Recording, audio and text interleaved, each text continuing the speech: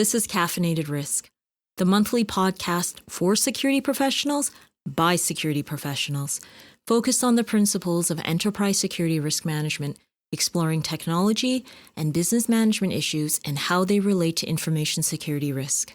Once a month, two self-proclaimed grumpy security guys bring you analysis, insights, and interviews with leading security risk professionals to learn how they work through a project, a program, or their careers using a risk-based approach to security. Now here are your hosts, Tim McCreet and Doug Leese. Thank you, Martin, for joining the session today. I really appreciate it. Thank you for inviting me. My pleasure. Yeah. So can I ask you to introduce yourself to our audience and let them know what you're doing today, but also some of the work that you've been doing with ASIS and with the OSPA awards as well? Yeah, so there are three parts of my life. So let's do the ASIS bit first, because currently I'm Vice President of the ASIS Foundation. Very privileged to be part of that. And because I'm Vice President this year, I take over in January as President. And there, the object of the exercise is to generate funding in order to undertake different research projects under the umbrella of ASIS that have an impact on the security profession and or security practitioners. And the second part is to award scholarships in a whole range of ways for people all over the world. And that's a very positive part of my life. I'm very, very pleased to be associated with the foundation. I have been for many years. And in my professional life, I do two things, really. By background, I'm a professor of criminology, and so I do a lot of research on crime and security issues. And indeed, that's been the most part of my career. And I've written a lot and presented a lot around the world. I've interviewed a lot of people in prisons about their perceptions of risk and security. And I've done a lot of studies and surveys and interviews and focus group discussions. Out of one of those studies came this initiative, the Outstanding Security Performance Awards, which I hold very dear to my heart. It's now in 36 countries and growing.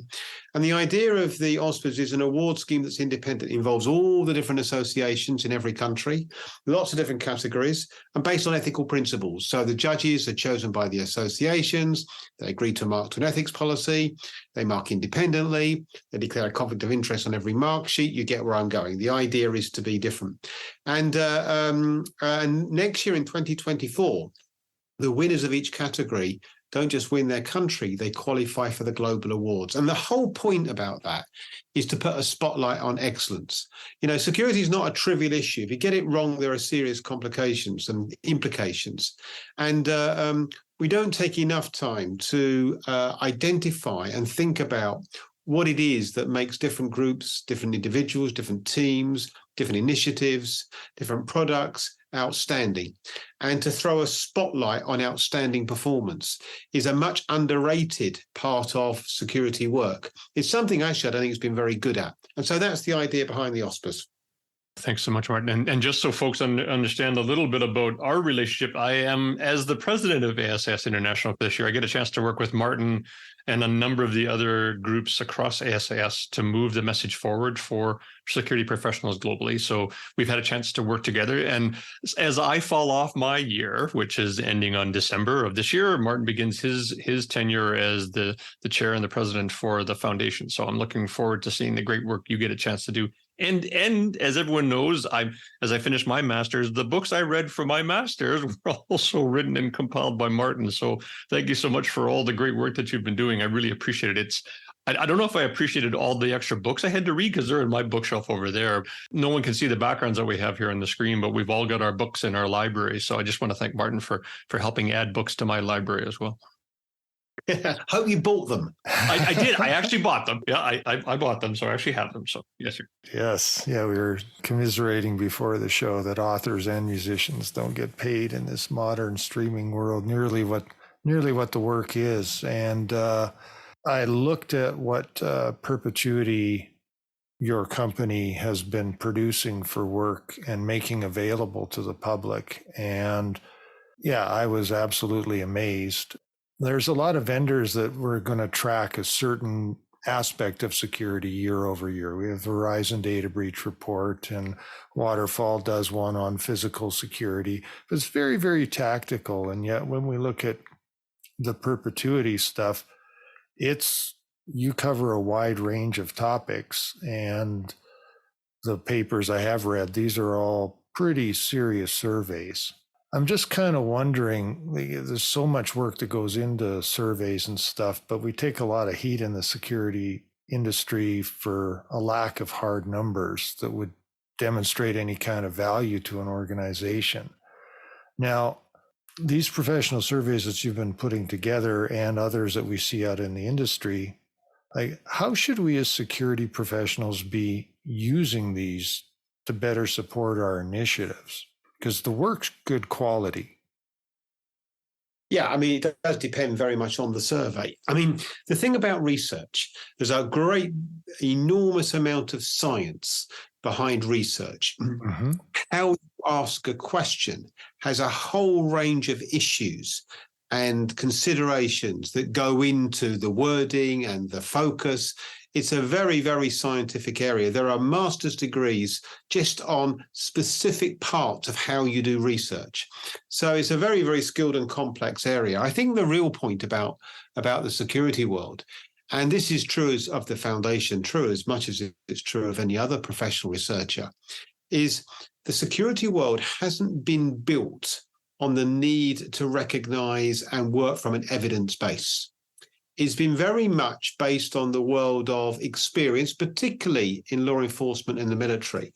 This is the way we've always done it, and therefore this is the way we should do it. And of course, what research says is, or a good evidence base says, why are you doing it that way? How do you know it works? What would make it work better? And put simply, even as I say those words, I'm thinking it's much more complex than that, but just put simply. And so the security world isn't built around that sort of thinking. So research has been a fairly marginal consideration. And yet any profession that emerges is based on a science, a reason why things are done in a particular way.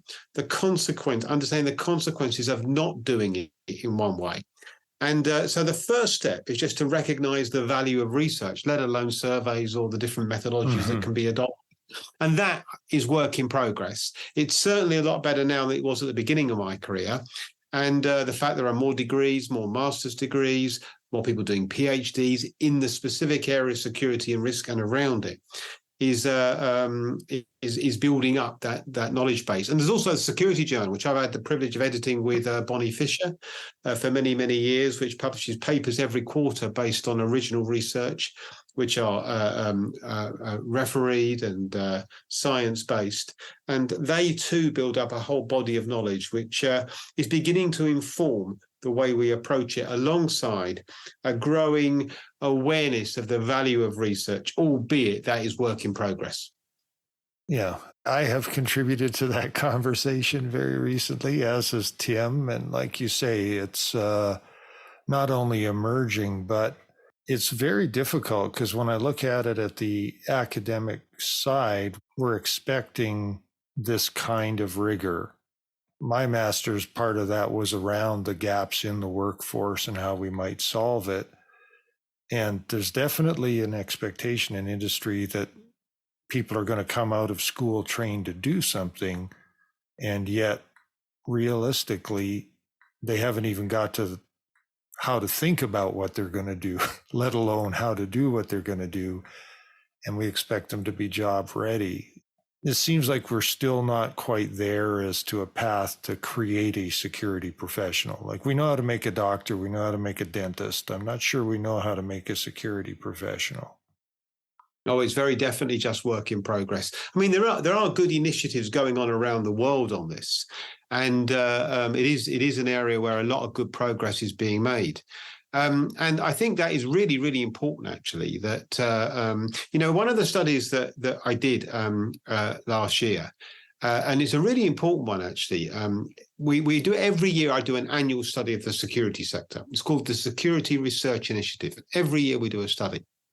And last year it was about security careers. Mm-hmm. And one of the questions we ask is, how do people end up in the security sector? And listen to this, the majority of people end up in the security sector by chance, by accident. Yep. But when you ask people about why they stay in the security sector. They point to a whole array of really positive issues, things like chance to serve the public, to undertake something that's important, managing risk, fighting crime, a chance to work in a very varied job role, a chance to work in a sector that has lots of different opportunities and lots of different challenges, the chance to feel that you're part of something that's important and different. Listen to this. The salary is quite good. Many of the myths about security are based on a perception that is no longer the reality for a whole range of people working in different areas of security. And it's been wholly bad at communicating that. And yet, although people end up there by chance, we've got to promote the reasons why they're staying, because they're very good reasons to consider a career in security for many, many, many different people.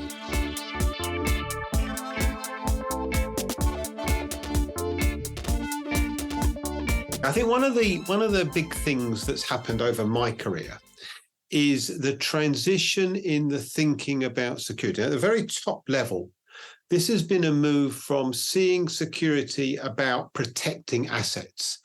And the problem with the term protecting assets has been the two most important ones, finance and people, are looked after by different departments already. Right. And the transition that's been taking place, which has been alongside and incorporates ESRM, has been about seeing security as a contribution to helping an organization make a profit. Now, the minute you get into that conversation and you get into that sort of language and that sort of dialogue, it places security in a much better place. But the problem is, there's one thing to articulate the ways that this generates advantage. It's quite another to have people who are in those positions being able to speak with authority alongside very experienced business leaders in that way convincingly. That's a different journey.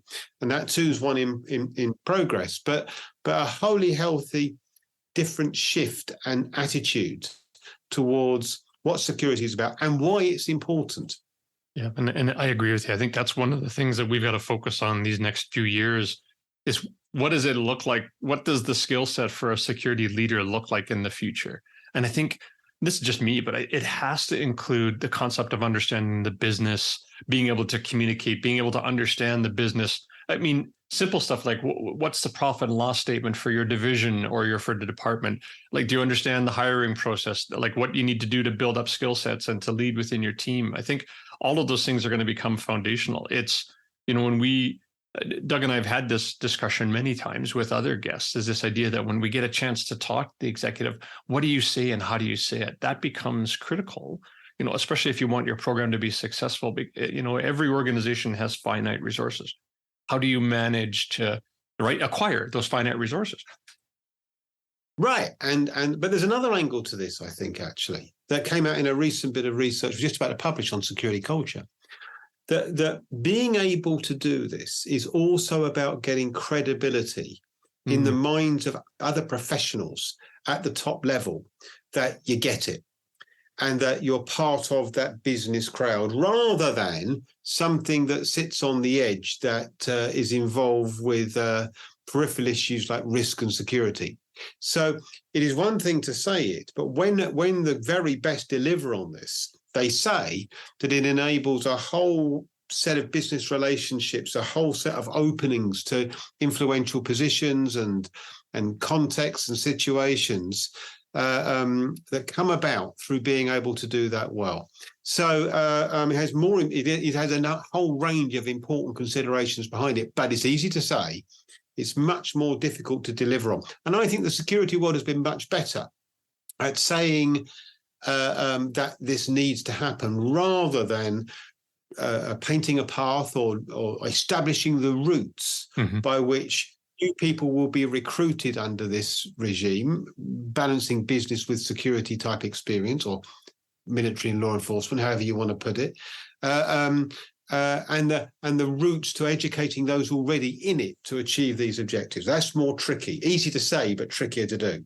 No, and I agree. I think we've got some great examples, where I am sitting on the board, where members have come in And not only do they run the security program, but they've been asked to run other parts of the business as well, just because of the skill that they demonstrated or their business acumen in managing the security function at a global level. They've been given an opportunity to operate in other divisions and other departments. So I'm hoping, fingers crossed, I'm hoping that we see more of that, that they executives start to recognize the skills that we bring as professionals to the table and how we're able to manage a security program. Can I use those skills into other business areas? I think you can, right? I personally think that you can. I do too. One of the good things, Tim, about the OSPAs around the world, what it's taught me is the very best in security are very, very good indeed. At the top level, the people who are outstanding, and the teams and the organization are truly outstanding. I mean, there's some really, really, really good stuff going on, and it's quite deep. There's quite a lot of it as well. And the second thing to say is that this is true across the world. In every country, there are outstanding performers doing outstanding things in security in the context of their cultures and their laws and their ways of living. But so there's a lot of good to point to here. It really is very good, but there's a long tail, and there are many who are not good at speaking up about it. I mean, I say this actually at some of the OSPAs award ceremonies. Sitting in those OSPAs award ceremonies are the people who many of them are finalists, many of them have got through a very sort of rigorous process, and there they are, the elite, and yet not been very good at saying how good they are.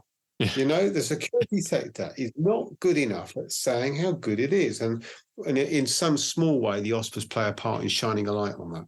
And I agree. I think I'll let Doug jump in as well with it. But a lot of times the reasons why is that we accept the work that we do, right? And we don't really ask for a lot of it. So it's a very Canadian thing to do, right? We just accept the work that we have to do and we carry on and do the work. You're right. We don't spend a lot of time documenting the successes. We don't spend enough time advertising the work that we do. And I still, I have a chance to mentor some up and coming CISOs and have throughout my career. And the question I kept asking all of them is, well, how often do you get a chance to meet your executive? Oh, I present once a quarter and I have my slides and, they get a chance to actually spend time. And I said, well, do you get to stay for lunch?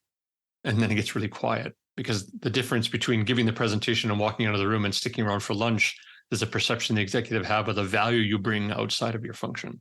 And that's the one thing that, as to your point, Martin, is as you get better at the work that we do and the excellence that we demonstrate, you're right. I think we have to get better at it. I don't know, Doug, I haven't figured out a way to do that yet without sounding out of character. So I'm not sure yet. So people like you are shy. Some of our signing executives, but we must. And look, people can't talk about themselves, but we can, as a sector, make a commitment, which is what the OSPAs, to be honest, is about, right? Of shining a light across the world on those who are truly outstanding. Sorry, Doug, I didn't mean to interrupt you. I was.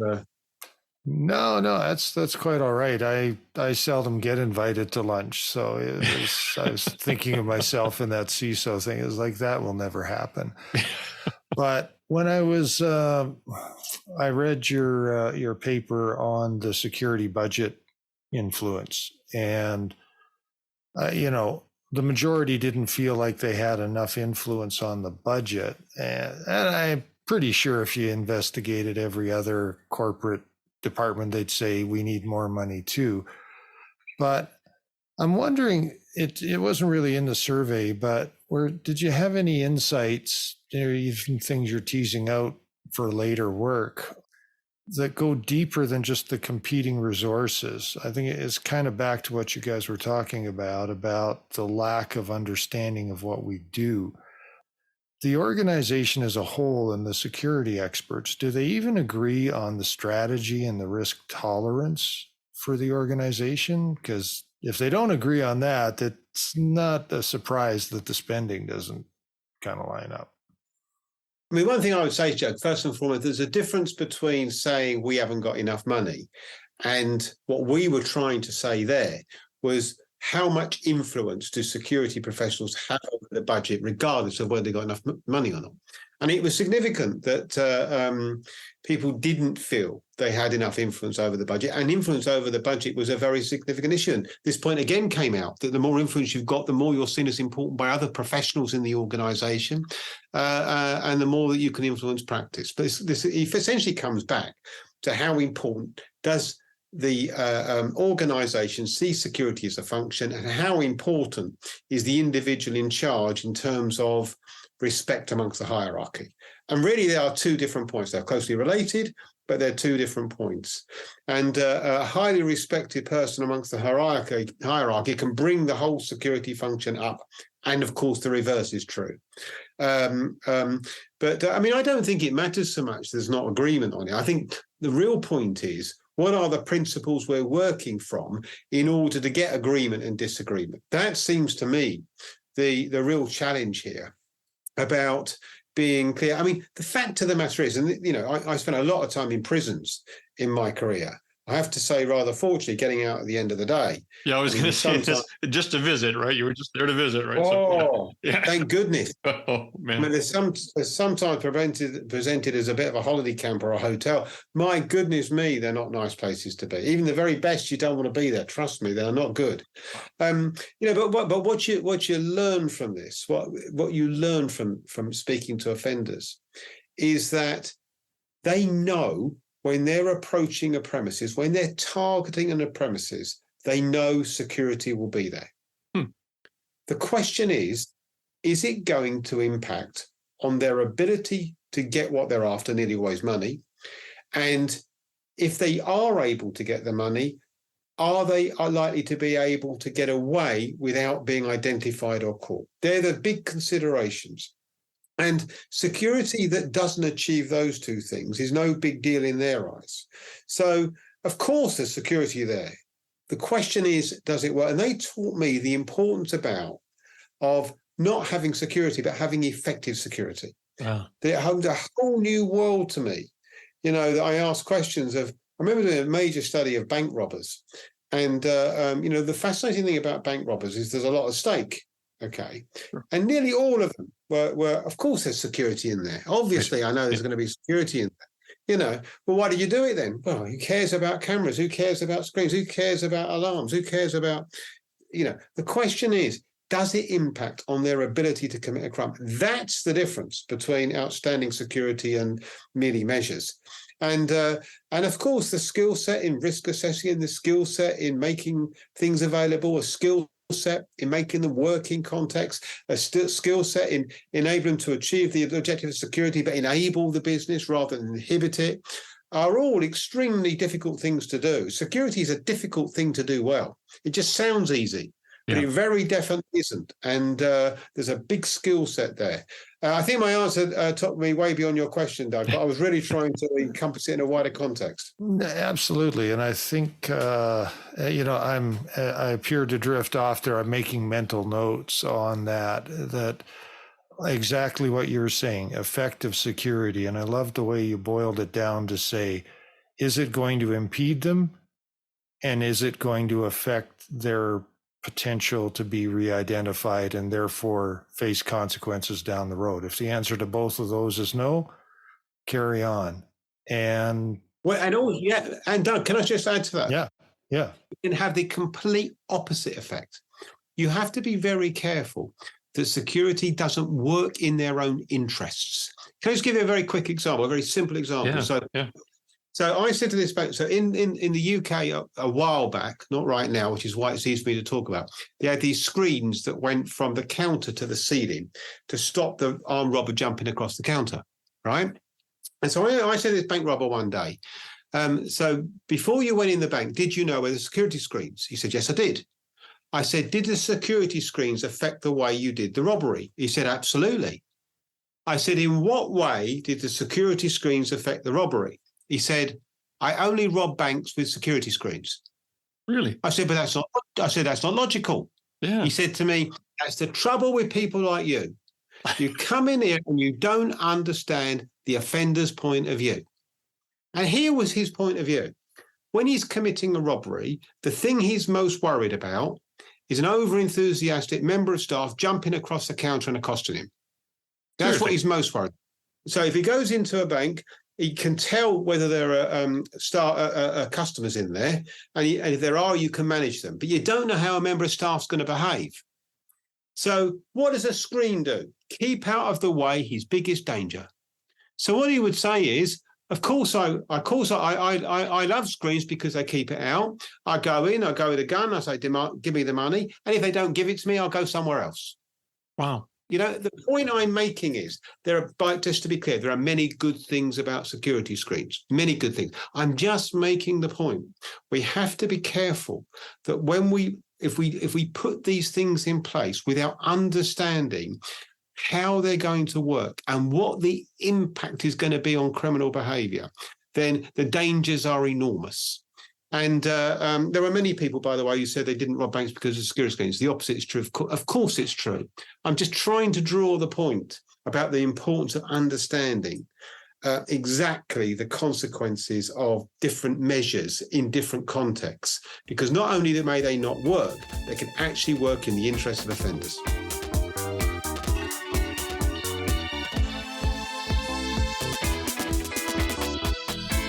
I think it's very impressive, like the kind of work that you've been doing. And I met with another English scholar when I started my master's, and he kept talking about this concept of the science of security. And to hear you say, in order for it to become a profession, it needs to be based on science. I think that's a very powerful message. Is it aligned with where the industry currently is as far as, sales and regulatory and things like that? Well, it's not aligned at the moment, is it? I mean, this is work in progress. And but I mean, it is, the test of a profession is that not anyone can do it, that you need to have undergone some sort of scientific training. Let me put it that way. Professional training, if you will, based on some sort of evidence base that there's a logic or a thinking behind why things work and why some things don't work. And the fact you can effectively leave prison and operate as a security professional says a lot. But here's the point, though. People in prison, some of those armed robbers were very, very, very good at understanding risk. Some of those fraudsters, including the one that I work with, very, very good at communicating a point, deceptively, I might add in his case. But there are the skill sets here, when you put them in one, are very, very difficult to achieve. And it's easy to be good. And this is what I'm saying to this particular ex-offender. I'm good at assessing risk, well, you was. But there's a credibility that has to go with it. There's some sort of professional accreditation which says I'm not offender, I'm not dishonest, I've got a good attitude to work, good ethics, good culture. It's also part of this process of getting this world into a good place. And it seems to me the direction's good. There are many sort of people on that journey in different parts of the world, very progressively, and we should applaud that and throw a light on the big change that's taking place and is taking place, and the move for the better security world. Now, for those trying to learn this or catch up, I mean, other than buy your books, which is an obvious thing that we're gonna add some links to our website. Absolutely. I'm not sure how much that translates to sales, but we're not looking for a cut. It's a lot of work. Are there other ways? I see a lot of security conferences around. I'm part of one myself here in Calgary. Is there much else that we can do besides continuing to beat the drum, or how would we amp up this progress? Like move it from a work in progress to maybe picking up the pace a little bit? I would say, by the way, I didn't know that you were in Canada, Doug. We've got, later this month, we've got the Canadian Oscars, by the way, awards ceremony. So next year, look out for that. There we go. Let me tell you, the way I would say is everyone could get involved. I mean, Tim's set the ultimate example here as president of ASIS over the last year. and set a very good example of how you can lead, and your 3 messages, Tim, being reiterated about how we can bring about change. And there is really, really, really, really important that we open up the opportunity for people to get engaged. And, we've spoken about ASIS today, which is fantastic, but there are lots of groups and lots of associations. And around the world, with the OSPAs, in every country, we go to all the ones we can find and say, come and be a part of this, doing some excellent work. And they provide the opportunity in different ways to get involved and to have an influence. And we shouldn't underestimate the power of the collective voice and the value of that collective voice and people getting involved and bringing about change. And as it becomes more dynamic and as it gets more different parts, so the value of people becoming involved and having their say is all the greater. So that's what I would really encourage and wish for people to do. No, thanks so much. Folks, Dr. Martin Gill, thank you so much for being on Caffeinated Risk. We appreciate everything. Thank you for this. Thank you very much indeed. It's been my pleasure.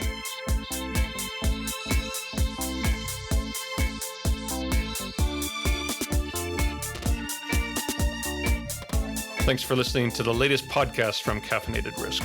Make sure you visit our website, caffeinatedrisk.com, to stay up to date on what we've been working on. Our website has bios of our podcast guests, posts about topics we're passionate about, and even a library of reference material we find valuable in the work we do every day.